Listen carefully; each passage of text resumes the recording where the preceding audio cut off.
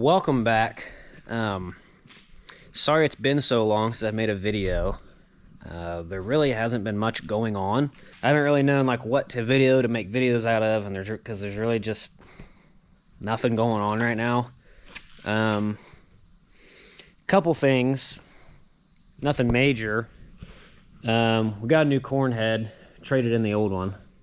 This is a 4408. This is current production. This is what's made like right now today. I just got that strap up there because it got wet, to letting it dry. I've looked all over this thing and it looks very good. I'm excited to use it. This is probably my favorite part about it. These gathering chains, these are what pull like the ears up. There's little rollers right here, and this one spins this way and that one spins this way, and they yank the stalk down, and the bottom of the ear hits these plates called deck plates, and the ear pops off, and then the chains pull it up in. But these are tensioned.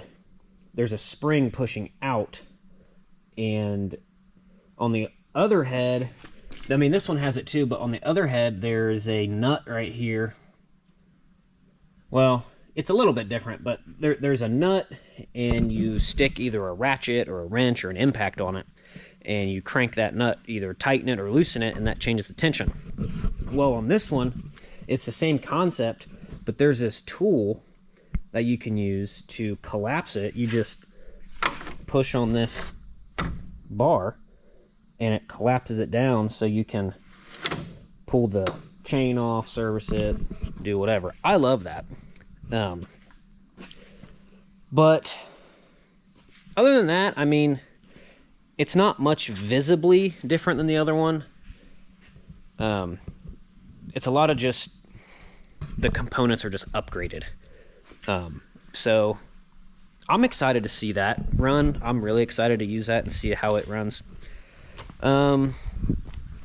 We got a new flatbed, and this is going to replace our current water trailer, because the one we have now is a 40-foot spread axle, and going into certain fields, like see the tandems are farther apart, so when you turn, your pivot point is technically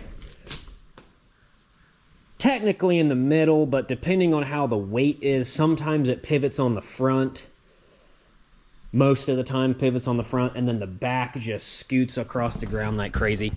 But there's some fields that we like to go, that we farm, and we want to bring this trailer with us, and we just can't because we can't fit it in, and the turning radius is horrible, and so we just park it, and then I'll run the sprayer just down the road, which, I mean, it works, but it eats up a lot of time just going down the road.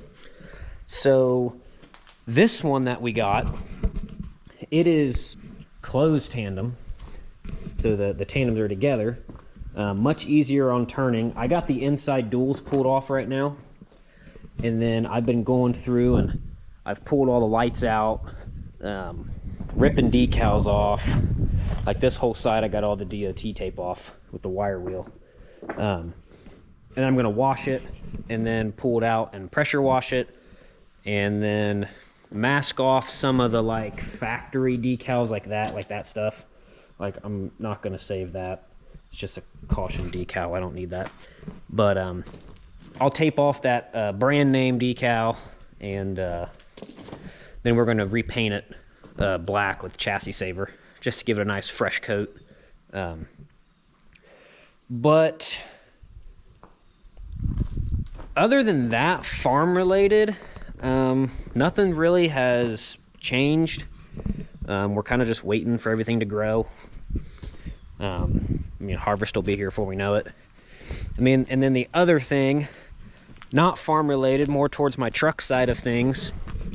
My truck is no longer a dually. I know the last video, I think I was putting rock lights on it as a dually, but I got bored and took the dually bed off, put the single wheel bed back on, and then put the stocks back on. I'm not really sure what I'm gonna do with it. I'm kind of in a little bit of like a dead zone, just kind of bored point. I don't really know what I want to do. I think I'm going to lower it, take the lift off, and just put some pretty just basic different wheels and tires and just run it. I love the lift, but it's so inconvenient trying to work out of that bed and pull trailers, and it's just, it works, but it's not very convenient. So I think I'm potentially going to take the lift off of that, and like I said, take the lift off and level it. But what I'm doing today is I'm going to keep working on that, this flatbed. I just got to pull, really, I think all that's left is just the DOT tape on this side. And then I gotta look through these and see what's important and what's not. Just the little bit of just glancing I'm doing right now, none of those look important. I'll keep the brand sticker on there. But yeah, so I'm gonna rip the rest of these off and get to pressure washing. Real quick though, I just remembered that somebody commented on my last video, my Rocklight video, about my truck, and they asked how I made it a dually. So I'm going to explain that really quick. So the front axle, this is the spacer that goes on the front axle. The front axle on single wheel trucks and dually wheel trucks are the exact same, with the exception of this spacer. This spacer goes on the dually trucks, and that bolts on like where your tire would, or your wheel would normally mount on. And this spaces it out so you can have the reverse facing wheel on the front. And in the back, the dually axles are actually wider. So I had to get this special spacer. It's not just any wheel spacer. It is an actual like dually conversion spacer. And because it has longer studs on it, so you can put two wheels on. And then this ring in the center, is what's called hub centric. There's a hole in the center of the wheel, and that fits nice and smooth against that, and that's what keeps the wheel centered and balanced. And then since I had bigger tires on the back, I had to have an additional spacer in the middle, in between. So it went my factory single wheel axle, and then the adapter spacer, dually wheel, regular wheel spacer, and outer dually wheel. Pretty simple. It took me a while to source all this stuff, but it wasn't bad once I got everything and put it all together. But that's how I did it. It's technically not the way you're supposed to do it. If you want to actually increase your load capacity, you have to actually dually axle swap it. But my truck doesn't have leaf springs in the back. It has coil springs, so I can't do that. So that's what I did, and it worked perfectly fine.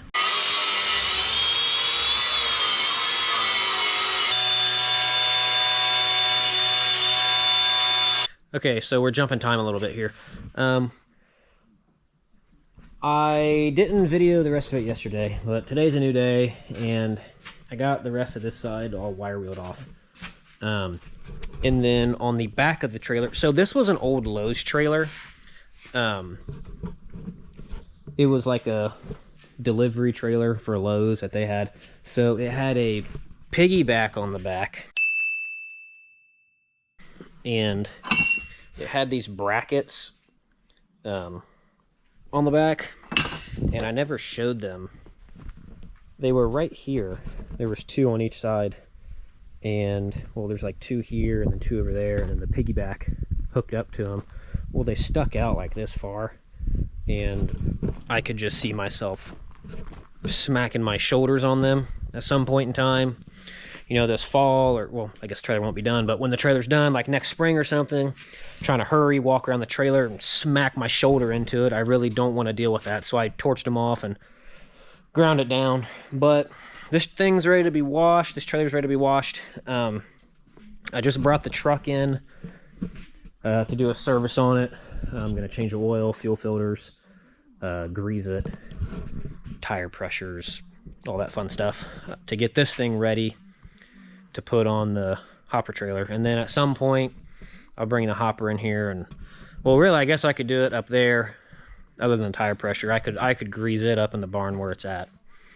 But yeah, I'm gonna change the oil and all that fun stuff. So if my research is correct, I'm pretty sure this thing holds like 14 or 15 gallon. So I want to be prepared for that.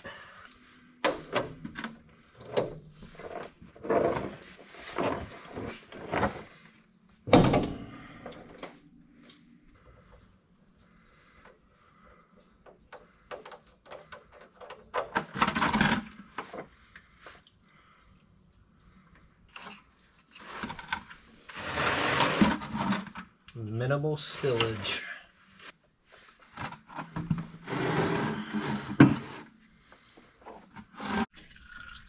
So, the last little bit of that's draining out. Right here is the coolant filter, and then that's the oil filter. There's a shutoff right here, so you can change the coolant filter, but 9 times out of 10 those are seized up, so I'll try it, see if it works, but if it doesn't move freely, I'm not going to try and force it. I'll just pull it off real quick and put the new one on. Yeah, that thing won't even budge, so we're just going to do the old switcheroo. Put the bucket under. I put the bucket under there to catch whatever does fall out, or leak out, I should say.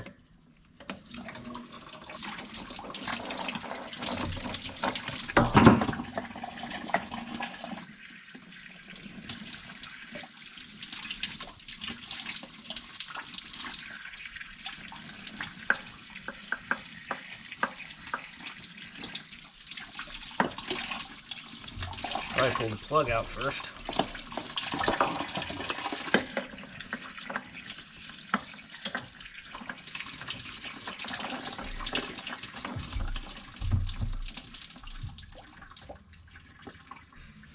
Yeah, there was an oopsies on my part. There's a plug inside that filter and I didn't take it out. A plug on the threads. Now the oil filter, I have to go underneath to get that. There ain't no way to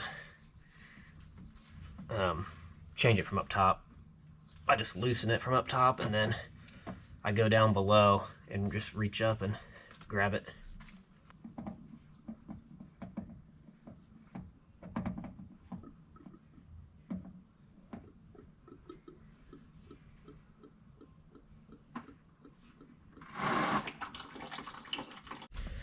So that oil filter, I got it loosened. It's draining a little bit, you can even see it. But while that's draining, I'm going to go over to the other side and do the fuel filter.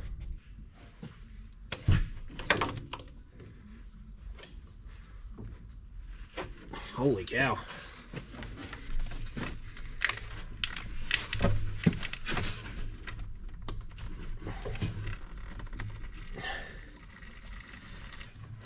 Had to get a pan real quick. This thing's, I didn't get a pan, it's leaking on the ground.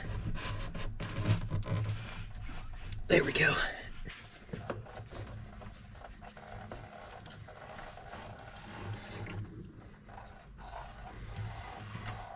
There's an O-ring or seal that goes up on those threads. You want to make sure that comes off. I don't think this has a primer on it.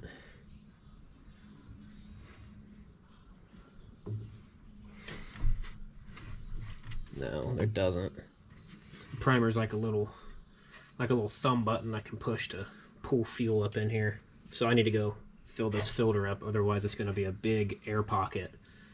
And when I try to start it, the engine won't start. Would you look at this? Oh, it won't even come out.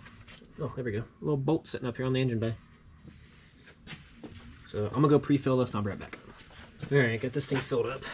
And we think that this had the wrong fuel filter on it before, because unless the tanks were super full, this thing would crank forever. Like it'd take forever to start. And we're wondering if it had the wrong kind of like filter on it. So it was allowing the fuel to like flow back to the tanks, to where every time we went to go start it, it'd have to suck fuel all the way back from the tanks, and like the lines weren't full. But this is a different number. This is supposedly what it's supposed to have from the factory per International, so that's what they said.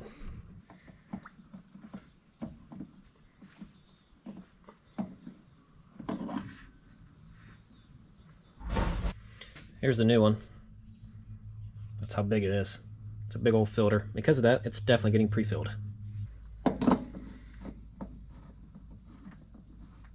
So I got that truck done. I went ahead and unhooked that trailer over here in this grassy area so it can be spray painted. But now I'm going to unhook this truck from the current water trailer.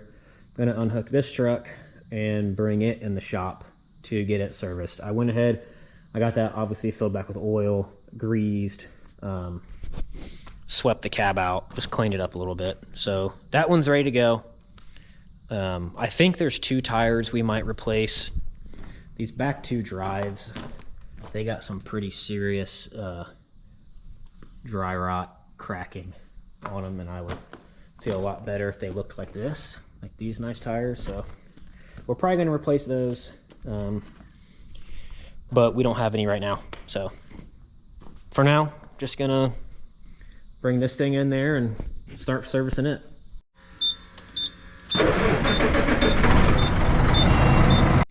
I forgot to bring my little clamp mount for my GoPro, so I have no way to mount it anywhere. But I got this thing pulled in, and I'm letting the engine cool down before I start playing with the oil. I start greasing it.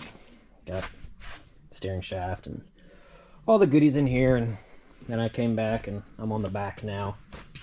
All the slack adjusters and everything in there. Just got the driveline done, and I ran out of grease on that fitting right there. So I'm gonna keep greasing the back end, and then once I'm done with this, the engine will be fine.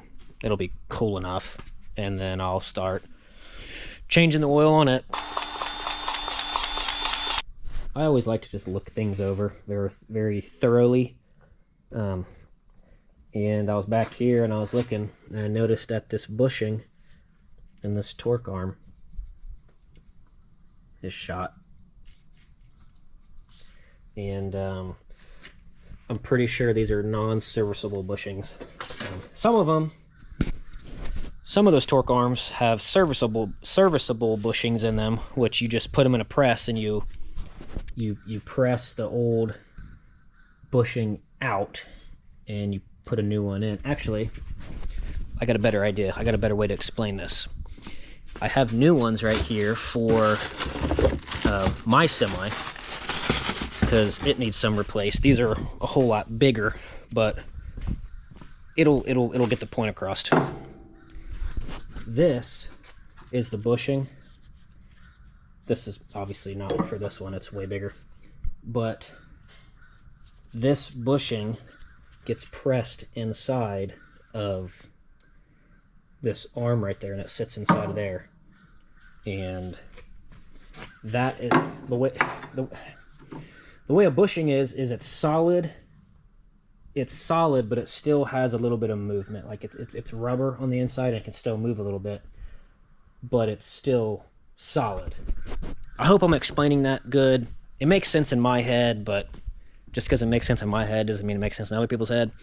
But long story short, that arm has to be replaced because the bushing's bad. Of course, I was going to put everything in the tightest, hardest to get to area ever. Thankfully, it's not crazy tight on there. So the drain plug on this thing is a little bit lower than the height of the buckets, and had a little oopsie. Looks worse than it actually is. It wasn't really that much oil, but you know, when the oil hits concrete, it spreads like crazy. But I got that drained, so, and then, well, I got that drained, and then I also got, I had to get the bigger filter wrench, and I got the oil filter down in here. I got that loosened. So I'm gonna swap that out and top this thing back off with oil, and then that'll be done. And then I keep forgetting the condenser for the air conditioner, which is, I'll try and show this to you here. this front part that looks like a radiator. I mean, it basically is a radiator, but it's for the air conditioning. It is clogged up. Well, I don't know if you'll be able to see, but the radiator behind it is plugged full of bean dust, which isn't allowing air to come through the AC condenser. In turn, the AC works for a little bit and then it stops because it overheats. So I need to blow that out and get all that cleaned out, but I'll deal with that once I finish with the actual engine service. Well, I got that filled back with oil, and it is done for the most part, just with engine oil, filters, fuel filter, grease. All I got to do now is blow out that front radiator, and I hope I don't have to pull the condenser off to actually get it nice and clean on the back, but that's a tomorrow problem. I'm hoping, depending on the weather, it was too windy today, but I'm hoping, depending on the weather, tomorrow I can paint that trailer. Hopefully it'll be a lot more calm tomorrow. Alright, finally made it back out here. My dad just left, and he's going to get a new tire for here, for this outside. As you can see, it's all nasty and split up. And then the inside one, these are both retreads. He's getting a new one of these, a new Virgin, this tread pattern. I'm going to take this one off and take this one, since it's alright, take this one, put it up front here on the outside, that way it matches the inside, and then put the new one back here so it matches that one. So he's getting that, and then 2 more for the other truck that was in here that I was working on, because it's got two tires on it that are extremely dry rotted and cracked up, and personally I think one's gonna pop. I think there's one that's guaranteed to pop this fall if we don't replace it, so I'd rather replace it now and be done with it.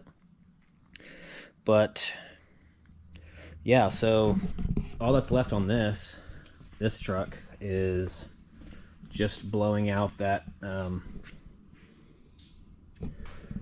front radiator up there that has all the bean dust in it. I tried to blow it out, but that whole entire radiator is like packed with just nasty, dry, sticky, it's just packed together bean dust. So I think I can pull the grill out and possibly pull the condenser off, maybe.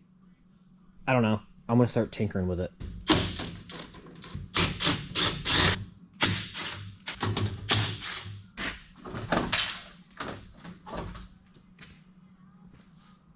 So this is what I was talking about. It's all just caked and nasty on there. It's probably gonna have to be pressure washed off, because it's even down in this one too. So I pulled this thing just next door into this barn. Shop's right here. That way I can hook up to the water back there. And I pulled this condenser away, and I'd say that's definitely the problem. Since that's so blocked up and plugged up, air couldn't get through this condenser, which would make the Freon overheat, and that's why the AC stopped working. But I'm gonna get that pressure washed and get that all cleaned up and put this back together, and hopefully that should fix it. That's much better. That's what it should look like. Nice and clean. Alright, well, it has been 2 days since I last filmed, and the past 2 days I got this trailer painted. 2 coats, chassis saver. I used an air gun. But I got it painted good, soaked with paint, all the undercarriage and everything. We're in the process of taking everything except the two big tanks, the pump, and the plumbing. That's what's staying on our other water trailer, but everything else we're taking off. All the totes, all the electronics, like the little 12-volt pumps that are on there for the totes, that's all coming off. So we're doing that, and then the tires for the semi, both semis really, had to be ordered. So those will come in probably sometime next week. But that's really all I'm going to have for this video. Sorry if it's kind of like chopped up and doesn't make any sense because I videoed it across like a whole week. But stuff is starting to pick back up now. There's a lot more to do now. I will try to get this edited as quickly as possible.